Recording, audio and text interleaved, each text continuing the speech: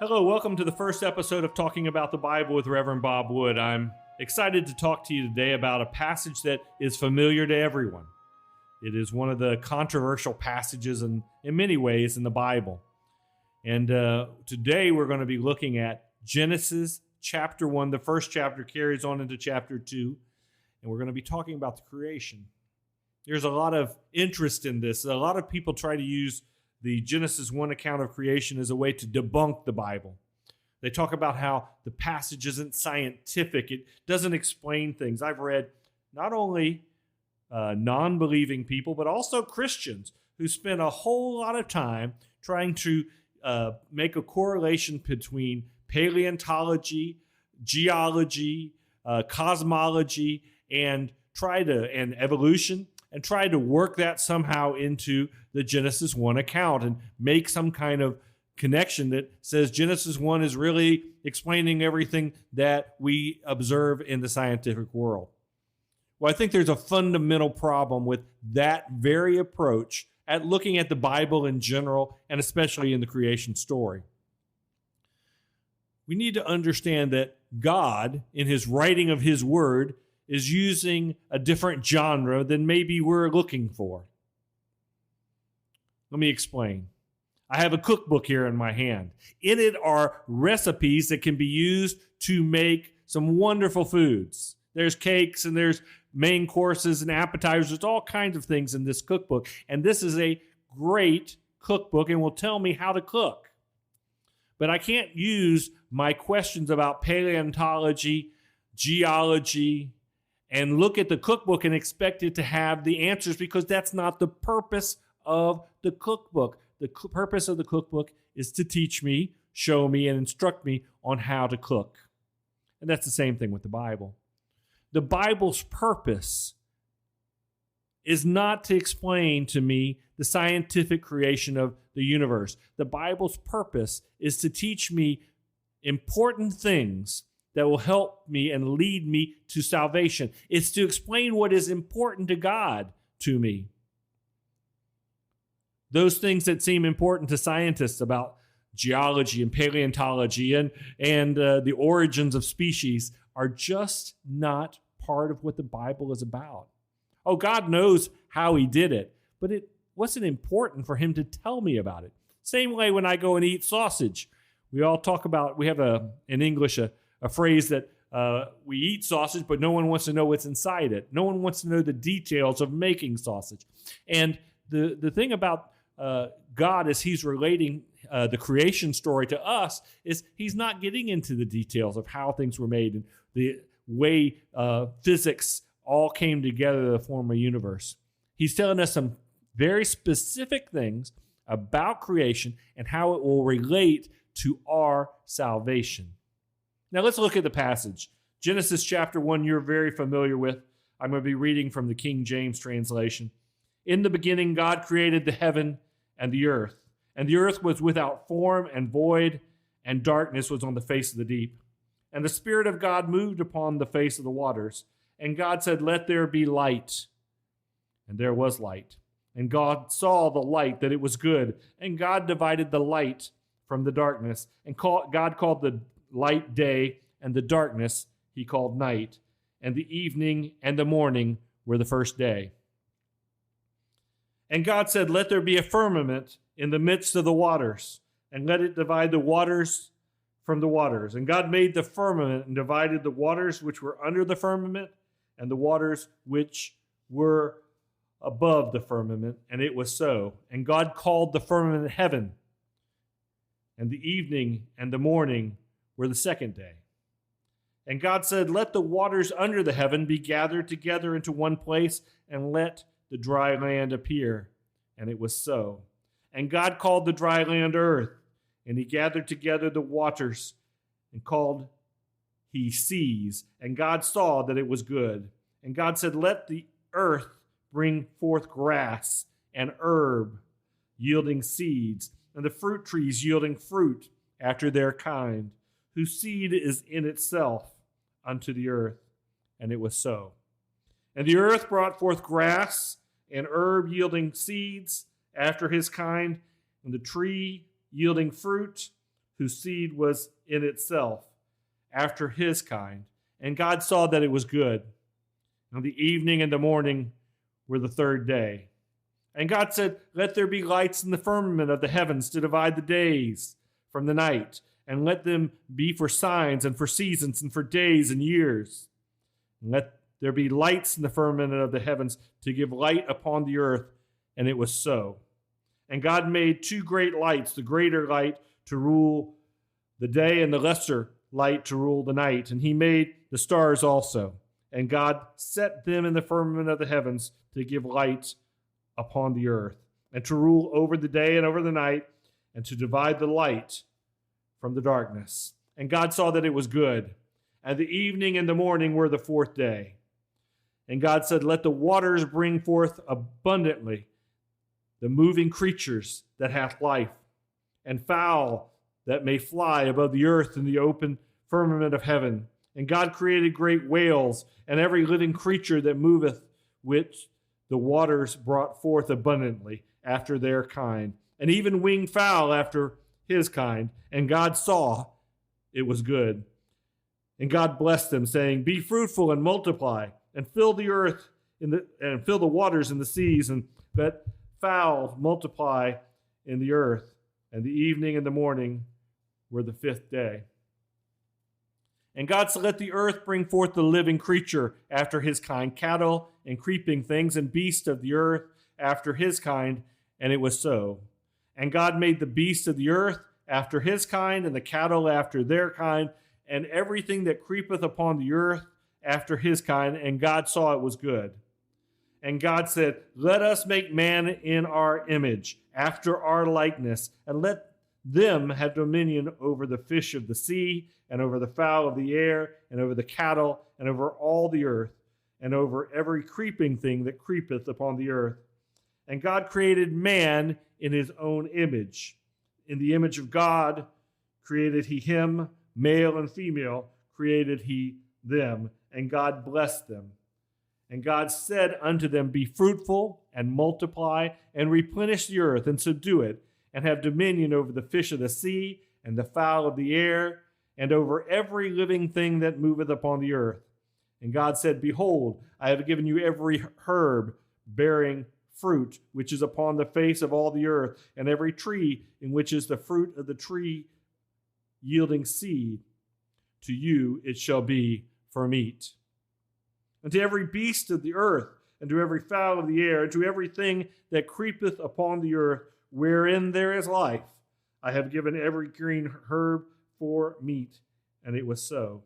And God saw everything that he had made, and behold, it was very good. And the evening and the morning were the sixth day. Now going into chapter 2. Thus the heavens and the earth were finished, and all the host of them.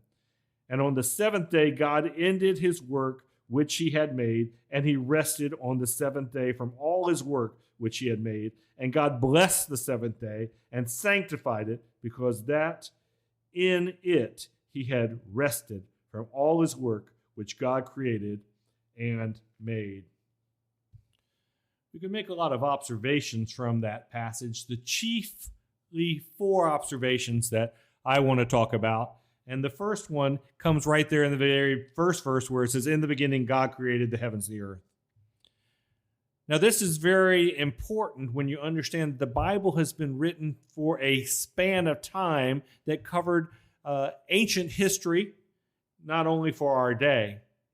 In ancient times, when the Hebrew read this passage attributed to Moses and the early Christians, and on through the centuries, there were often competing world religions and views of God around, many of which had creation stories in which creation kind of already existed, and their gods just kind of came into being and were in charge of maybe certain areas of it. You know, God of the storm and God of the river and different things.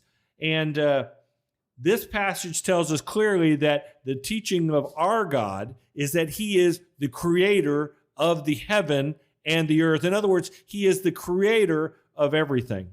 To illustrate this story or this idea clearly, a story from Jonah comes to mind. In the first chapter of Jonah, as he is trying to run away from God, he gets into a boat and comes into contact with a group of sailors who are trying to keep their ship from sinking in a storm. And they come to him as they are praying to their gods, and they come to him and ask, who are you? Where do you come from? And he says, I'm a Hebrew, and I worship the Lord, the God who is the creator of heaven and earth. And in that, he is making a statement that his God is, in reality, in charge of everything. And that is what we're learning from this passage and from this verse particularly about our God. Our God is the God who is the creator of everything, the chief God, the starter God, the one who everything comes from. And we're going to talk more about that later in a later passage as we look at a Christian biblical view of other gods. The next passage in Genesis chapter 1 that comes to mind is what happens on the fourth day, starting in verse 14, where it talks about that God made the star, the moon, and the sun. And it talks about that those were made for the purpose of measuring time. They are to determine seasons and years and days.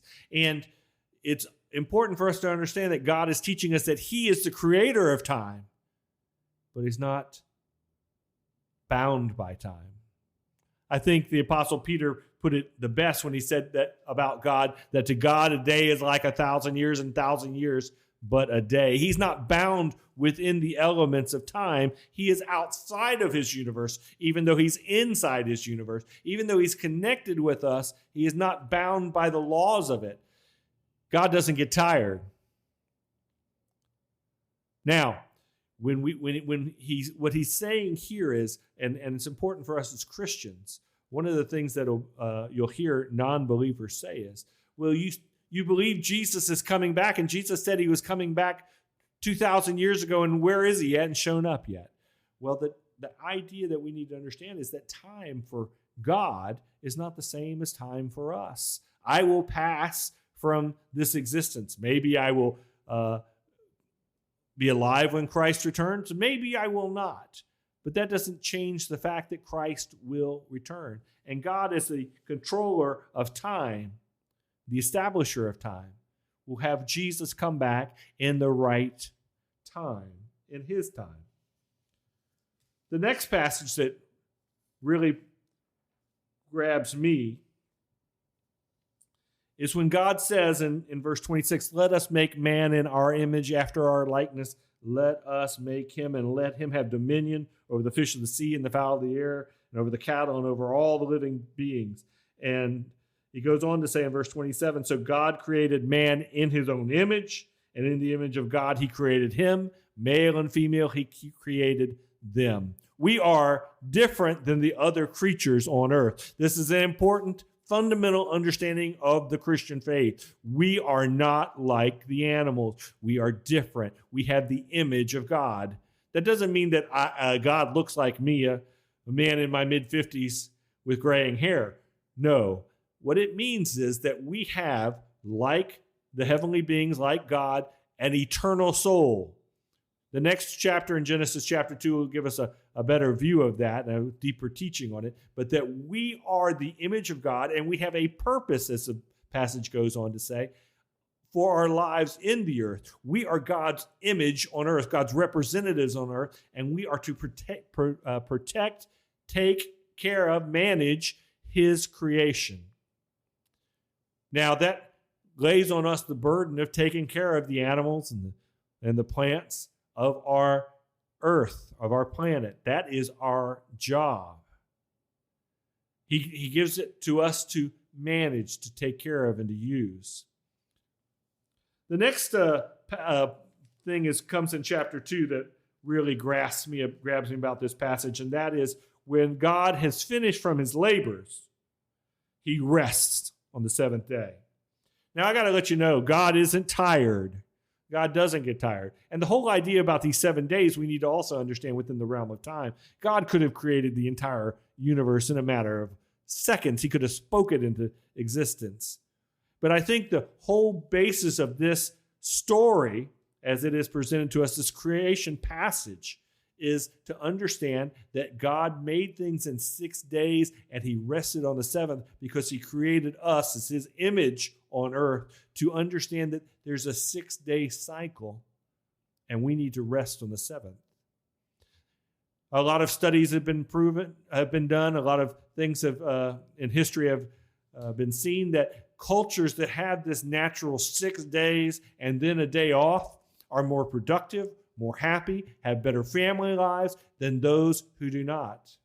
One of the things that is jeopardizing perhaps our whole civilization is our lack of taking a day of rest. Now, I know some of you work on days that you can. I work on Sunday as a minister.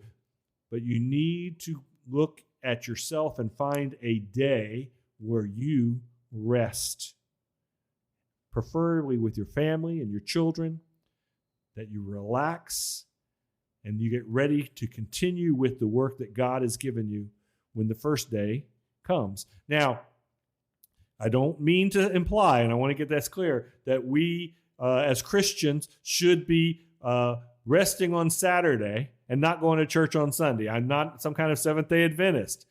And we'll get into that as we study later on, what the New Testament says about when is the Lord's Day. But even in a Christian realm, we still have a 6-day work week and a 1 day where we rest and enjoy the creation with God. I want to thank you for listening to this podcast. There's going to be more coming every week.